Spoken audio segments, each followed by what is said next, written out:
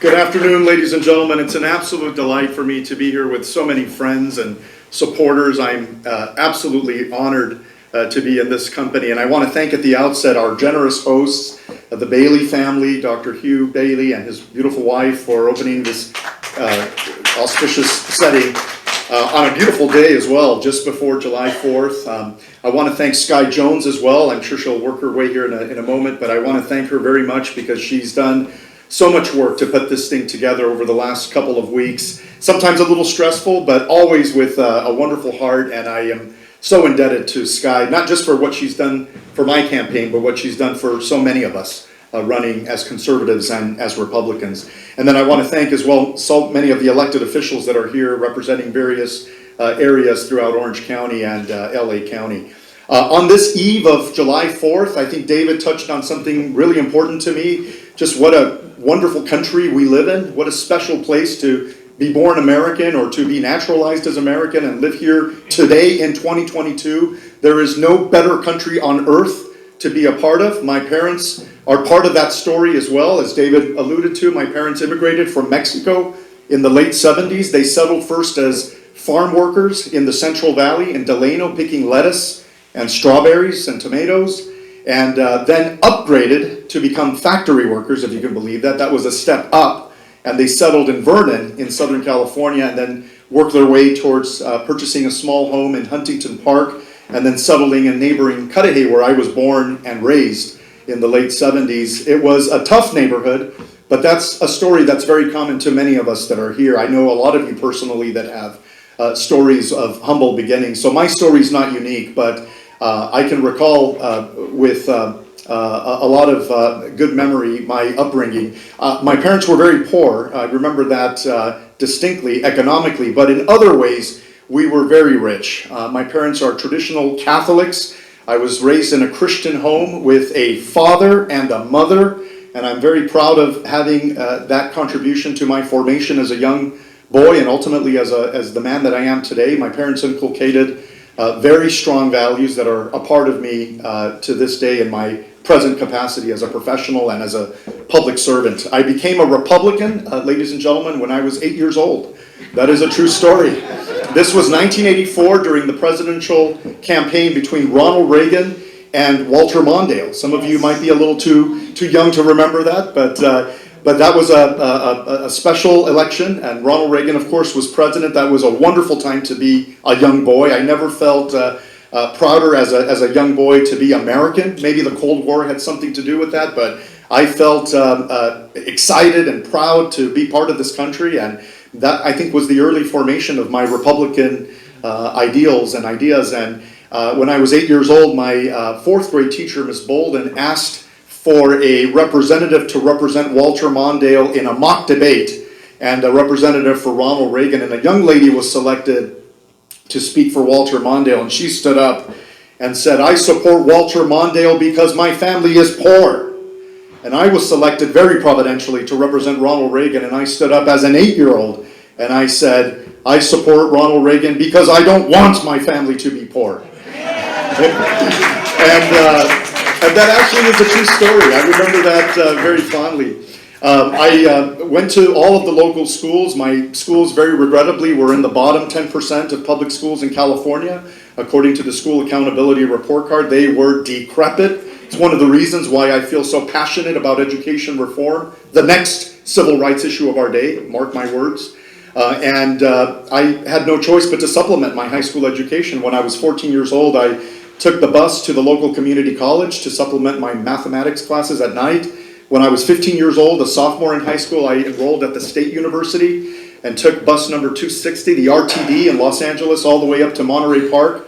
To this day, I criticize my parents for letting me get on a bus as a skinny 15-year-old late at night and transferring up in Monterey Park to get to the State University. What were they thinking? Man, my parents, so irresponsible. But I managed, through the grace of God, through a lot of hard work and, yes, raw ambition for self-improvement, to go on to Stanford University and then Harvard University as well, and get degrees for both institutions. Only in our country is that even possible. I was talking to a friend of mine from childhood about what would have happened to me and to us if my parents would have stayed back home in the old country in deep rural Mexico, I would have probably been milking cows. I mean, it's really, I mean, I hate to joke about that, but this country really is unique and special in ways that are only imaginable to people across the world. And I'm so forever grateful, and I want to continue to be an example to young people and to secure that American dream for so many more young people. After my time at university, I began a 20-plus year career in finance as a certified public accountant, as a treasury professional, working for some of the largest organizations in the world, from American Express Company to Ernst & Young to KPMG to Credit Suisse Group, where I spent 2 years in Zurich, Switzerland, learning to speak German and working in the banking sector. And parallel to that, I should say, I also started a public service career. Back in 2012, I relocated to Los Angeles from New York City, where I was working on Wall Street. And I decided, like most Mexican kids, I couldn't be away from my parents for too long, so I needed to come back home to Los Angeles, and I worked my way back to Cudahy, where my father has the family home. I thought very naively at the time that I would stick around for 2 months before I figured out what cool hip part of the west side I would move to, Marina del Rey or Santa Monica, I thought, very naively. But within a couple months of my relocation, there was a scandal in my city, very similar to the neighboring city of Bell. Everybody remembers Bell, right? This was the very corrupt example of a city manager paying himself $1.5 million in a town where the average income is $30,000. Think about that disgusting violation of the public trust. My own city had a very similar episode of corruption. The dollar signs were smaller, but the conduct no less egregious. And when that episode happened in my city, I had just relocated within 2 months, and I resolved at that time I was going to find a good city council candidate to step forward and support and campaign for before I moved on and carried on with a private life. And so over the ensuing couple months, I looked for a good candidate, and I looked and I searched, and when I realized that nobody competent enough was stepping forward, I had to look myself in the mirror and determine whether that was the right moment for me to step forward and serve my constituents. And it was a very difficult decision. But I decided to run for city council. I was elected in March of 2013, overwhelmingly by my constituents, and immediately appointed mayor of my city. And it was like baptism through fire. I played SimCity in real life. We fired the city manager, the finance director, the community services director, and we rebuilt a city from scratch. We rebuilt a city from scratch, and throughout this experience, I pushed the envelope at every opportunity, sometimes outside the formal jurisdiction of my responsibility as a mayor. For example, we had a very troubled school early on, an elementary school that was failing the kids and cheating the parents, a school where 80% of the kids could not read or write at grade level, a school where children were also not performing basic arithmetic at what are already very low standards in California public schools. And the parents were very frustrated by that experience. The local political class told me, Jack, stay away from the schools. You are not a school board member. Hands off, they said to me. But even though it was not within my formal jurisdiction, it was certainly within my moral obligation to get involved. And so I did the unthinkable as mayor. I held public hearings on the quality of education in my local public schools. I had a formal city council meeting, and as chair, I invited parents and teachers and students to testify on the quality of education, and I indicted my local public schools in the purview of a city council meeting. Within a couple days, I was summoned. I did, and that was one of the things I'm very proud of. I was summoned by the school board representative of the Los Angeles Unified School District all the way to downtown LA, and I went, and within a few short days thereafter, the school principal of that very troubled failure factory public school was relieved of that position, and the remaining administrators followed in short order. So it's just an example of what can happen when you push the envelope just a little bit, even if it's outside the formal scope of your station in life or your position in elected office. The other thing I'm quite proud of is pushing the envelope in Sacramento.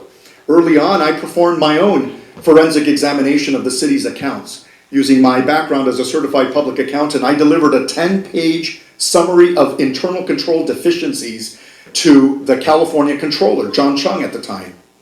I went to Sacramento literally and figuratively, and I asked for a forensic audit of my city. When the controller ignored me, I went to the Los Angeles Times with my list of demands and with my summary of findings. And the LA Times ran one of the few favorable articles about a Republican official. And shortly thereafter, the controller came knocking on the door and delivered the forensic examination that we needed. And that was important because I was about to unleash the greatest government reform measures in my city's history, and I needed independent corroboration to justify those actions. And so that's another example of what I did to kind of push the envelope. And since then, I have championed tax cuts and lower fees at every opportunity for my working class constituents. And let me tell you, my city is 90% Democrat, 98% Hispanic, mostly Spanish speaking. And let me tell you, when government goes after the wallet as gallingly as they tried to do in my city, even Democrats in deep blue Los Angeles County will stand up and revolt. And I'm a testament to that in my own city with my efforts